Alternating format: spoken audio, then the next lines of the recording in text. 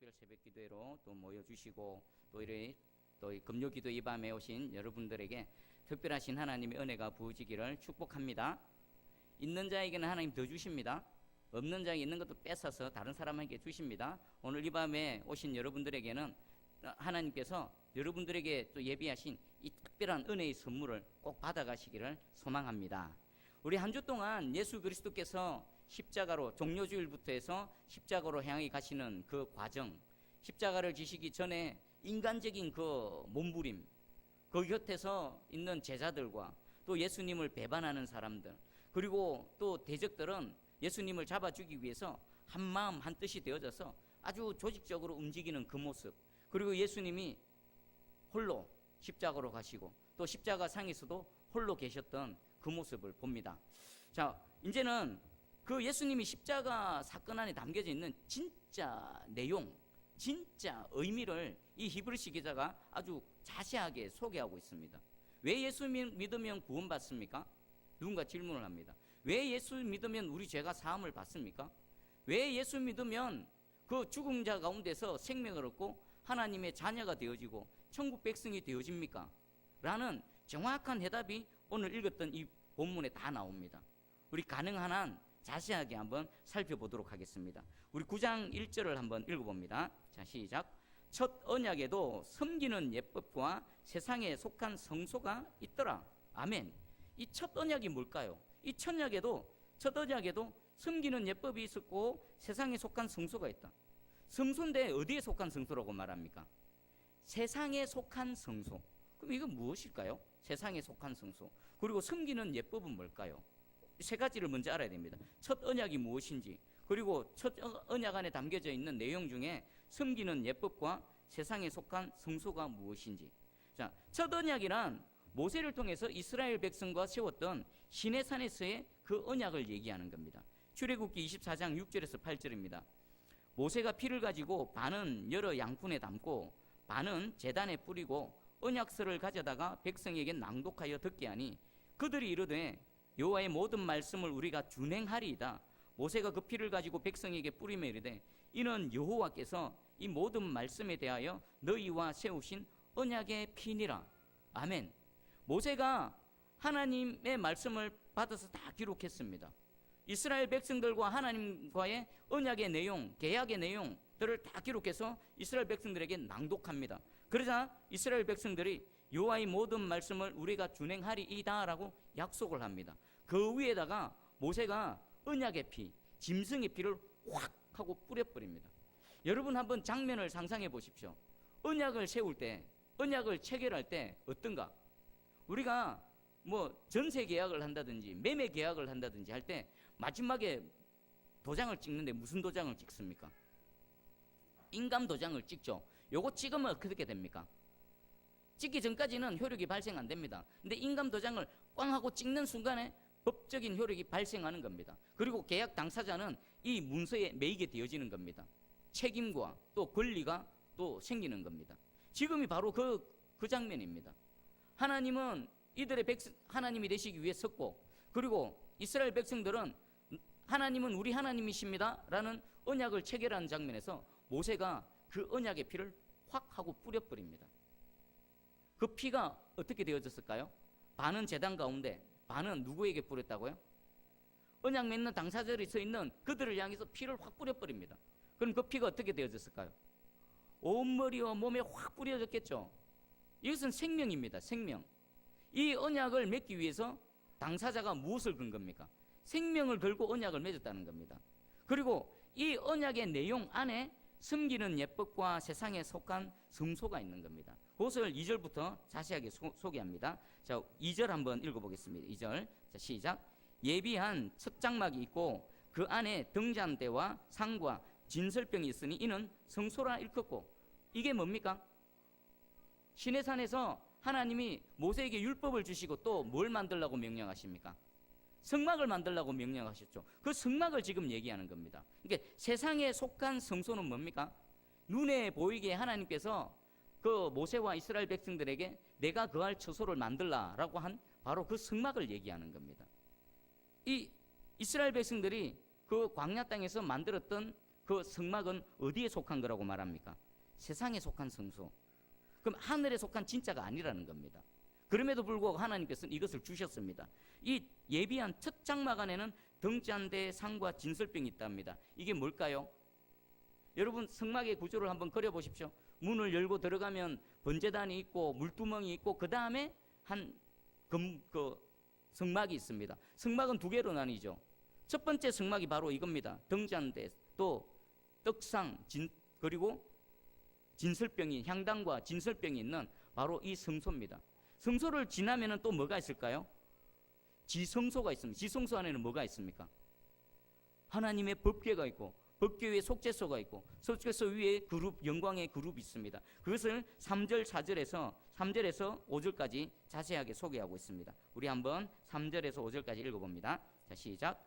또 둘째 휘장 뒤에 있는 장막을 지성소라 일컫나니 금향료와 사면을 금으로 산 언약궤가 있고 그 안에 만나를 담은 금 항아리와 아론의 쌍난 지팡이와 언약의 돌판들이 있고 그 위에 속죄소를 덮는 영광의 그룹들이 있으니 이것들에 관하여는 이제 낱낱이 말할 수 없노라. 아멘. 지금 성막, 첫 번째 성막 그리고 그 안에 있는 두 번째 지성소까지를 이렇게 소개하고 있습니다. 이게 어디에 속했다라고요? 세상에 속한 성소라고 말합니다. 그리고 섬기는 예법이 6절에서 7절 제가 읽어볼게요. 이 모든 것을 이같이 예비하였으니 제사장들이 항상 첫 장막에 들어가서 섬기는 예식을 행하고 오직 둘째 장막은 대제사장이 홀로 1년에 한 번 들어가되 자기와 백성의 허물을 위하여 드리는 피 없이는 아니하나니. 아멘. 이 첫 번째 장막 성소 안에는 제사장들이 자신들의 직무를 수행합니다. 그런데 둘째 장막인 지성소는 누구만 들어갈 수 있습니까? 대제사장만. 그것도 1년에 몇 번요?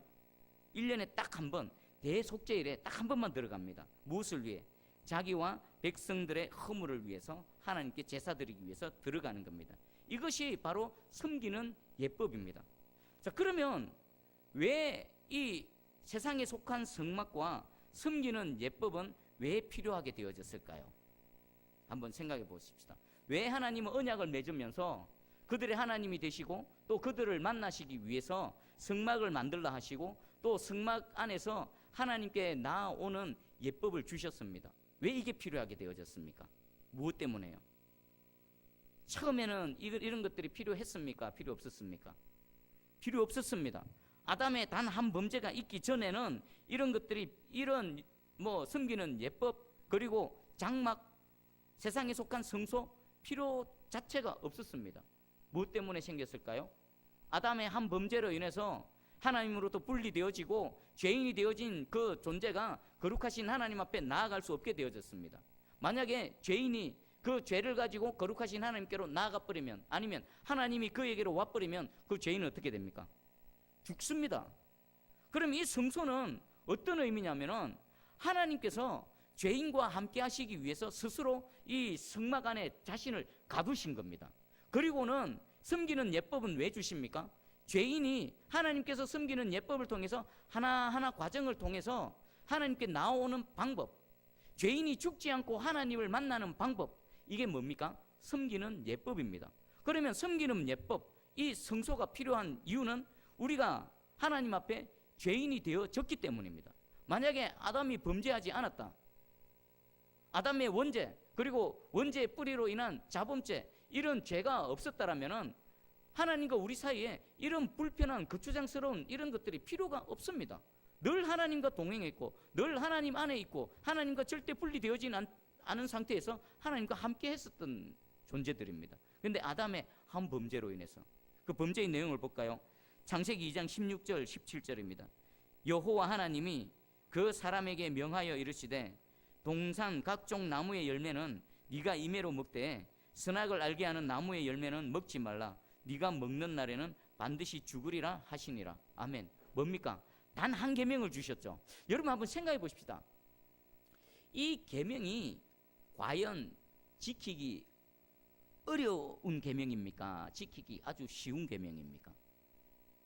여러분들이 그 상황으로 한번 가보십시오. 하나님이 동산에 얼마나 맛있고 얼마나 막 멋진 온갖 종류의 그 나무와 열매들을 주셨습니까?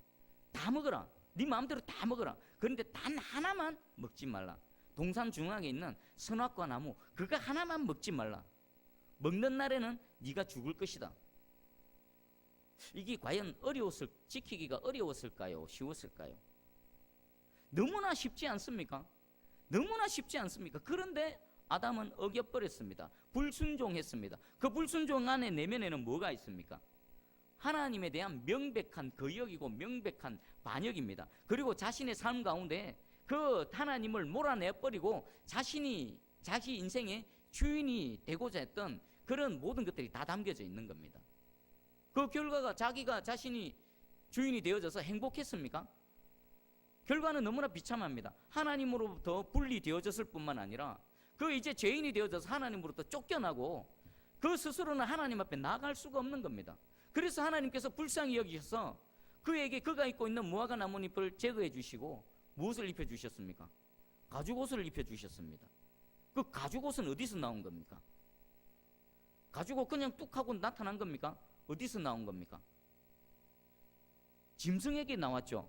짐승의 가죽이 자신에게 입혀지려면은 짐승이 죽어야 되는 겁니다. 이게 첫 제사입니다.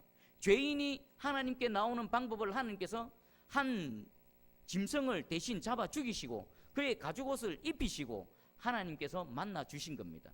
이게 예법이요. 그리고 이게 이 죄인이 하나님을 만나는 그 첫 장면입니다. 그것이 좀 더 구체적으로 이스라엘 백성들에게는 언약으로 체결되어지고 섬기는 예법과 세상에 속한 성소로 나타난 겁니다. 우리 한번 세상을 봐보십시다.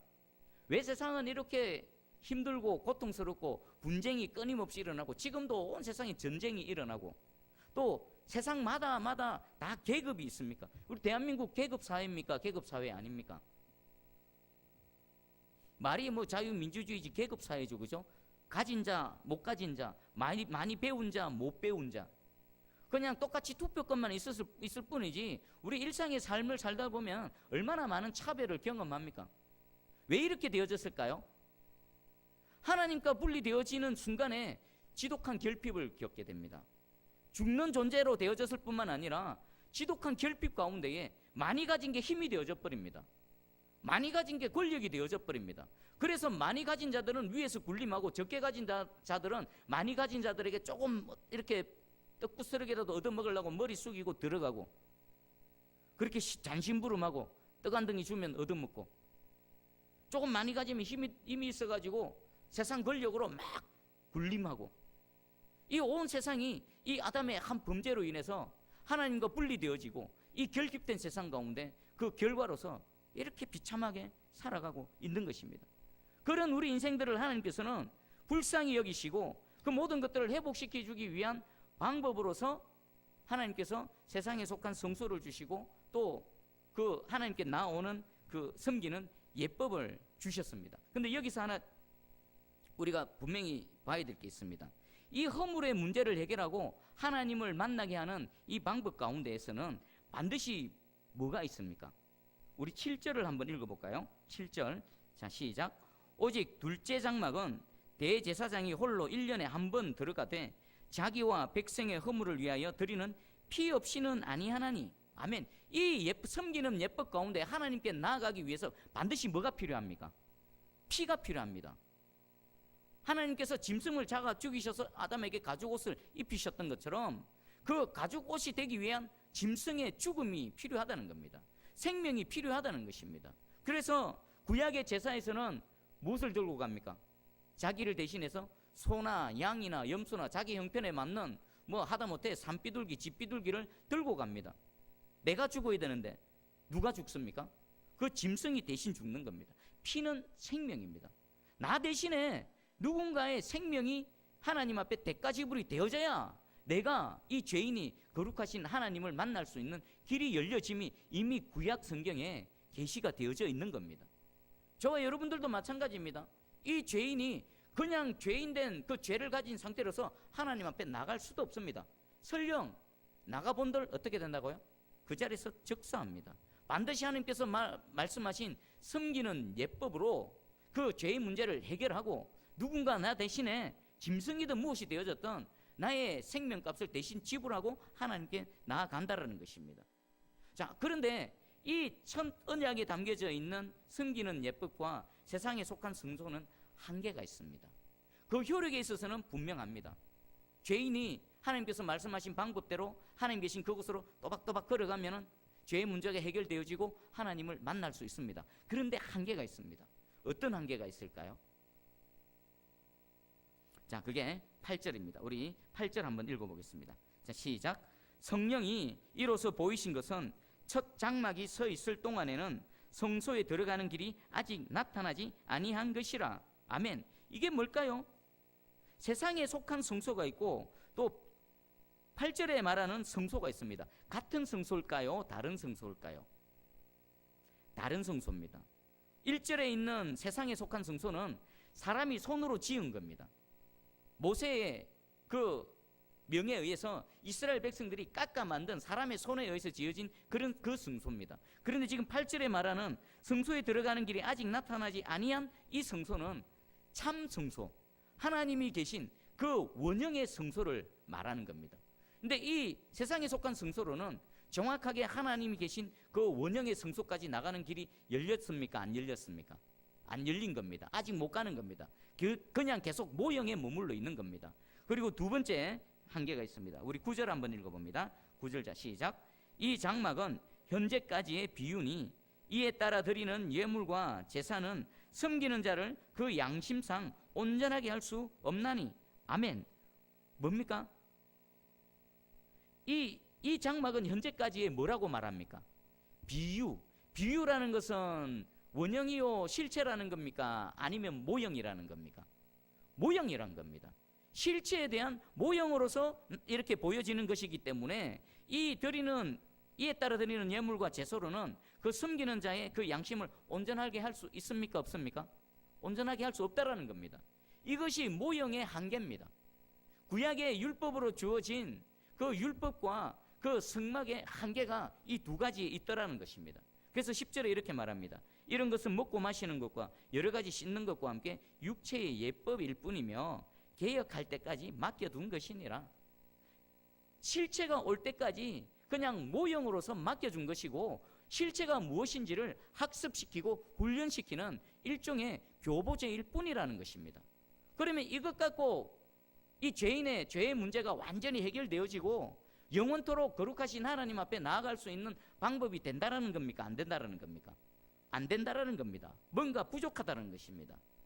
그래서 이제는 11절부터는 원형 되시는 무언가를 소개합니다. 우리 11절 한번 읽어보겠습니다. 11절 자 시작. 그리스도께서는 장래 좋은 일에 대제사장으로 오사 손으로 짓지 아니한 것 곧 이 창조에 속하지 아니한 더 크고 온전한 장막으로 말미암아. 아멘. 여기까지입니다. 지금 누구를 소개하고 있습니까? 그리스도를 소개합니다. 그리스도를 장래 좋은 일의 대제사장이라고 소개합니다. 인간 대제사장하고 우리의 영원한 대제사장 되신 예수 그리스도하고의 차이점은 뭘까요? 인간 대제사장은 그도 죄인입니다. 그리고 그 대제사장은 죽습니다. 근데 우리 부활하신 영원한 대제사장께서는 죽습니까? 안 죽습니까?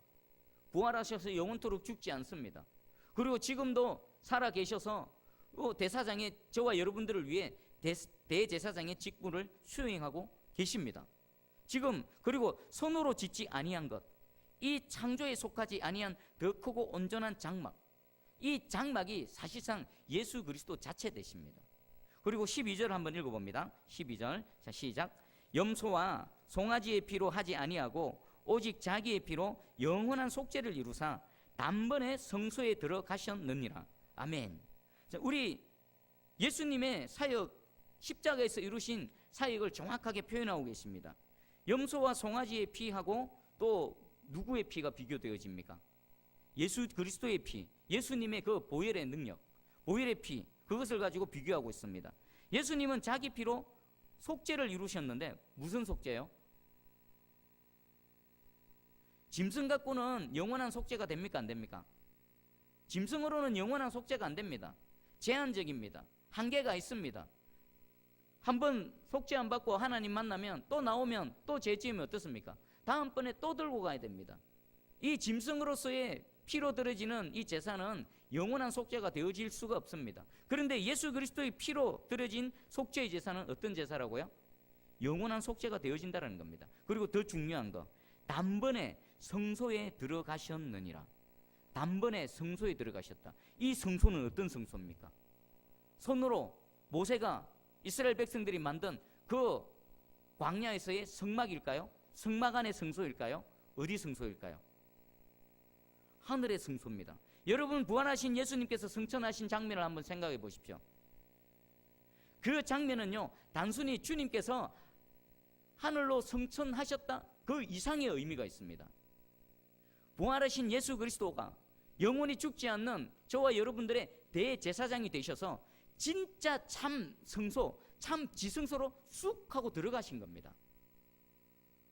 잘 안 깨달아지시는 것 같은데, 1년에 한 번씩 대제사장이 자기와 이스라엘 백성들의 모든 죄를 지고 하나님이 계신 지성소, 속죄소 앞으로 나아갔던 그 모형이 부활하시는 예수 그리스도를 통해서 실제로 이루어진 겁니다. 영원한 대제사장 되신 예수 그리스도가 하늘의 성소, 하늘의 지성소로 하나님 계신 그곳으로 쑥 하고 들어가신 겁니다.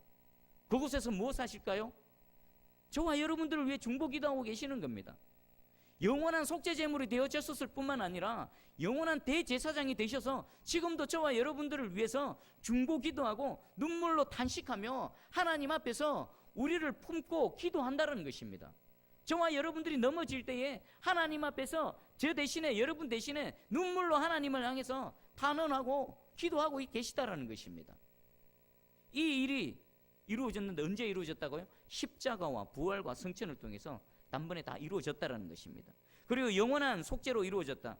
염소의 피, 그리고 자기의 피, 예수 그리스도의 피는 단번에 드려진 영원한 속죄 제사가 되어졌다라는 것입니다. 우리 26절 한번 읽어볼까요? 26절 시작. 그리하면 그가 세상을 창조한 때부터 자주 고난을 받았어야 할 것이로되 이제 자기를 단번에 제물로 드려 죄를 없이 하시려고 세상 끝에 나타나셨느니라. 아멘. 자기를 단번에 제물로 드려서 뭘 없애 하신다고요? 죄를 싹 정리해 버리시는 겁니다. 한 번에, 영원히, 단번에, 영원토록 영원한 속죄의 제사를 예수 그리스도께서 십자가를 통해서 이루어내셨다는 것입니다. 자, 우리 13절하고 14절을 한번 같이 읽어봅니다. 13절, 14절 시작. 염소와 황소의 피와 및 암송아지의 죄를 부정한 자에게 뿌려 그 육체를 정결하게 하여 거룩하게 하거든 하물며 영원하신 성령으로 말미암아 흠없는 자기를 하나님께 드린 그리스도의 피가 어찌 너희 양심을 죽은 행실에서 깨끗하게 하고 살아계신 하나님을 섬기게 하지 못하겠느냐. 아멘. 그 구약의 제물과 우리의 영원한 속죄 제물 되어지신 예수 그리스도를 비교하고 있습니다. 구약의 제물은 한시적이고 제한적이지만 그 제한적인 내에서의 죄사함의 효력은 있었답니까? 없었답니까? 있었다라는 겁니다. 구약의 그 짐승의 피도 육체를 정결케 하고 그렇게 해서 거룩하게 하거든. 하물며 우리 흠없는 자기를 하나님께 드린 그리스도의 피가 어찌 너희를 그 죽을 행실 가운데 너희 양심을 죽을 행실에서 깨끗하게 하지 못하겠느냐, 그리고 살아계신 하나님 앞에 온전히 섬기게 하지 못하겠느냐라고 말합니다. 저 때문이 아니라, 여러분 자신 때문이 아니라 그리스도의 피가 이 일을 이루셨다는 겁니다. 보혈의 능력이 이 일을 이루어 가실 것이라는 겁니다. 우리 양심을 깨끗게 하시고 우리의 행실이 죽은 행실에서 하나님이 기뻐하시는 행실로 변화시켜 주실 것이라는 겁니다. 그리고 이 그리스도의 피가 하나님을 온전히 섬길 수 있도록 우리를 붙들고 가실 것이라는 것입니다. 믿으십니까? 이게 어디서 이루어졌다고요? 십자가에서 이루어진 겁니다.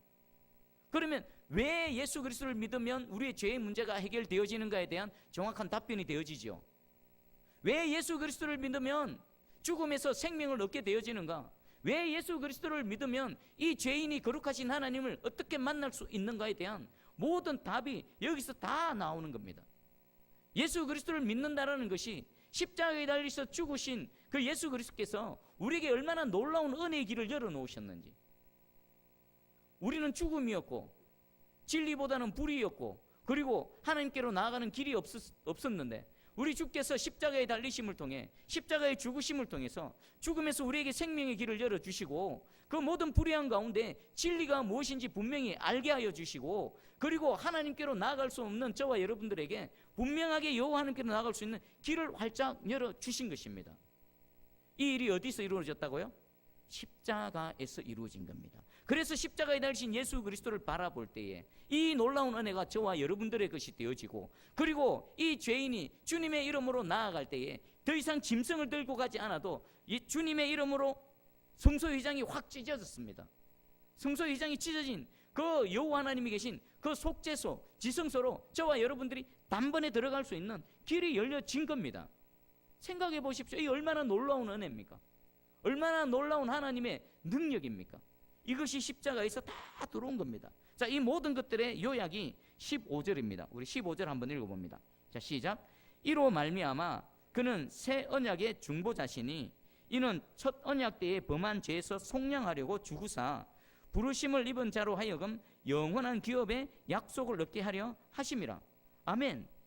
우리 예수 그리스도는 새 언약의 중보자시라고 말씀합니다. 새 언약, 피로, 짐승의 피로 맺은 언약이 아니라, 구약의 모세와 이스라엘 백성들은 짐승의 피로 언약을 맺었죠. 그럼 신약의 저와 여러분들은 누구의 피로 언약을 맺었습니까? 예수 그리스도의 피로 새 언약을 맺은 겁니다. 담벨에 들어진 영원한 속죄의 그 피로 우리는 새 언약을 맺었고, 그리고 예수 그리스도는 우리의 대제사장이 되실 뿐만 아니라 우리의 중보자로 지금 살아서 역사하고 계신 줄 믿습니다. 이는 첫 언약 때에 범한 죄를 속량은 뭡니까? 대가를 지불하고 사는 겁니다. 대가를 지불하고 예수 그리스도 자신의 생명값을 지불하고 저와 여러분들을 사셔서 하나님의 소유로 확정지어 주신 겁니다. 그것을 위해 십자가에서 죽으시고, 또 부르심을 입은 저와 여러분들에게 영원한 기업, 하나님의 자녀로서의 기업을, 그 약속을 얻게 하려 하심이라. 예수 그리스도의 그 십자가 대속의 사역 가운데 이 은혜가 담겨져 있고, 예수 그리스도를 믿는 저와 여러분들에게, 온 세상 예수 그리스도를 믿는 모든 인생들에게 이 은혜가 부어지고 있음을 확실히 믿습니다. 여러분, 왜 예수 믿으면 구원받는가 누군가 얘기하면 이제 낱낱이 이 히브리서 9장을 펴놔놓고 자세하게 설명해 주시기 바랍니다. 그리고 왜 생명을 얻게 되어지고 하나님의 자녀가 되어지는지 자세하게 설명해 주시기 바랍니다. 십자가 안에 이 놀라운 은혜가 담겨져 있습니다. 여러분, 더 깊이 알고 또 더 깊이 감사하며 찬송 올려드리는 저와 여러분들 되어지기를 주님의 이름으로 축복합니다. 그리고 우리 하나님의 백성들도 정확하게 말씀을 통해 뭐가 무엇인지 알고 믿기를 원합니다. 무턱대고 믿고 그냥 무조건 믿고 이것이 아니라, 그냥 그 안에 담겨져 있는 의미와 내용들을 말씀을 통해 정확하게 알고 여러분들이 믿음으로 나아갈 때에 그 믿음의 능력이 있고, 그 믿음의 깊이가 있고, 세상 그 어떤 유혹에도 넘어지지 않고 당당하게 맞짱 뜰 수 있는 하나님의 사람이 되어질 줄 믿습니다. 자, 우리 보혈을 지나 찬송 드리면서